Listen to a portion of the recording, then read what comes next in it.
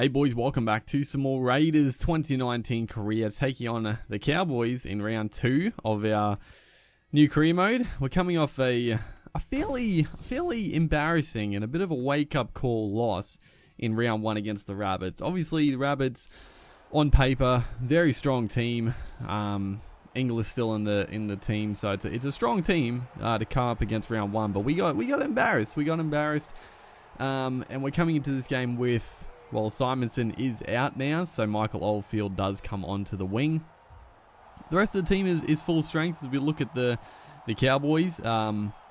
Benny Barber is there. I'm still so disappointed with that dude. Every time I boot up the game and we're versing the Cowboys, I see Benny at fullback. I'm always like, what could have been? Like if Barber played the season, who knows? I mean, Scott Drinkwater obviously came into the team and played pretty well, but Barber I think would have made a fairly big impact, and Drinkwater potentially could have slotted into the halves, would have been pretty nice with Morgan. But yeah, other big news that sort of just got dropped recently, like today. It hasn't been 100% confirmed, but the Cowboys, I was a little bit worried because the Cowboys were definitely one of the teams that was going to sign Latrell Mitchell. And don't get me wrong, I mean, if they signed Mitchell to play fullback and he changed his attitude and he put in, I mean, it would have been a good signing for sure. But the fact that now they've gone out of the race and they're pretty much signing Val Holmes, I think that's an excellent signing, because Holmes, I think, he's been an outstanding winger, but I think he's got a lot more to give in the NRL as a fullback. Definitely, he's got the talent to be a fullback. So I'm very keen to see Val Holmes go to Queensland, go to North Queensland. He's a Queensland boy. He's going back to the Cowboys. So yeah, I think it's a fantastic signing, and I'm very excited for it.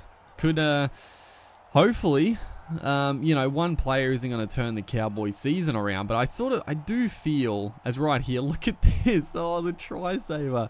We beat Kyle Felt, all ends up, but somehow he was able to turn on a dime and throw the ankle tap in. Huge play from Kyle Felt. That was massive. But I'm predicting Cowboys to have a good season next year. I just don't. Their team is too good to be out of the 8 again. They've got to pick it up.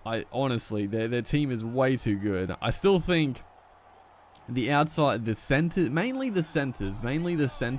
department is where they're let down. But I think, other than that, I think they're in for a good season, as we do take we take the shot at 2. A little bit cowardice. I'm not going to debate that, but we want to get this win. We want to break the duck egg here and get a victory. Take the 2 points there while they're on offer. Why not, dude? Get a little momentum. If we can score just before the halftime break again, it would be outstanding, as we look for a 40-20. We had the perfect angle and the perfect win. The fullback wasn't at home. Everything lined up, but just miskicked it. Didn't get a sweet purchase on it. That could have been a massive play. We get the 40-20 there. A real good shot to score just before the break. But regardless, I mean, a pretty solid first half of footy. Not too many chances, but we defended well. Made some decent inroads in attack. So we'll take the 2-point lead, and hopefully we can push forward with that, as Dynamis Louis here gets a beautiful little ball away. Who is this? Hudson Young off the bench scores a beautiful try. Dynamis Louis. I thought the pass, I didn't actually know. I thought it came off the Cowboys, but it's sort of, Hudson Young was sort of slightly in front. He sort of had to reach back and grab it, and it bobbled forward. So looked like a fairly straightforward try.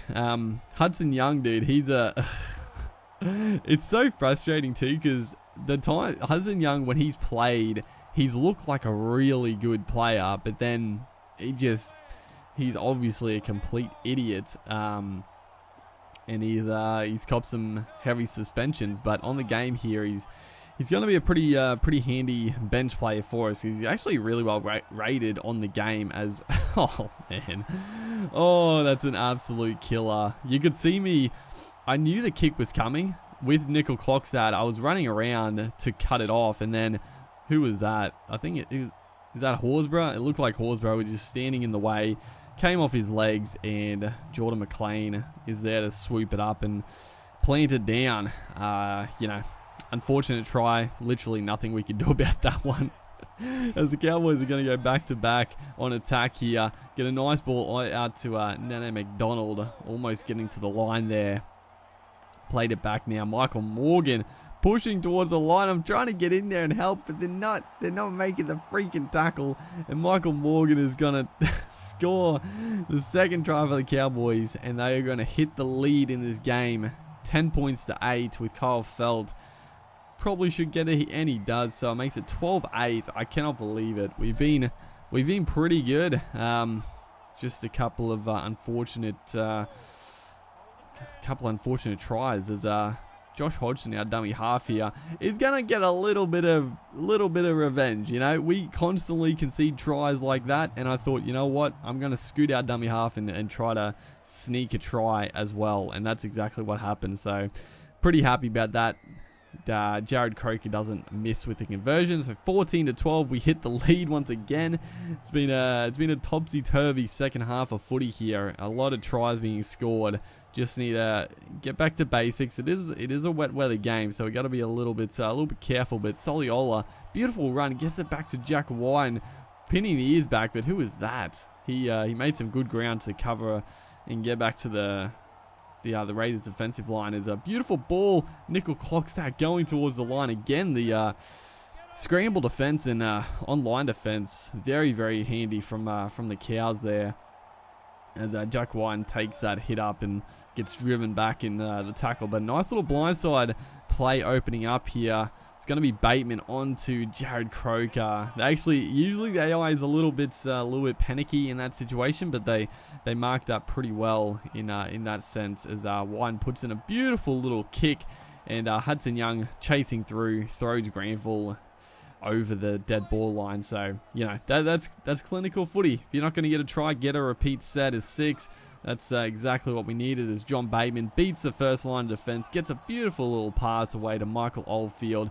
He is going to go in for the try.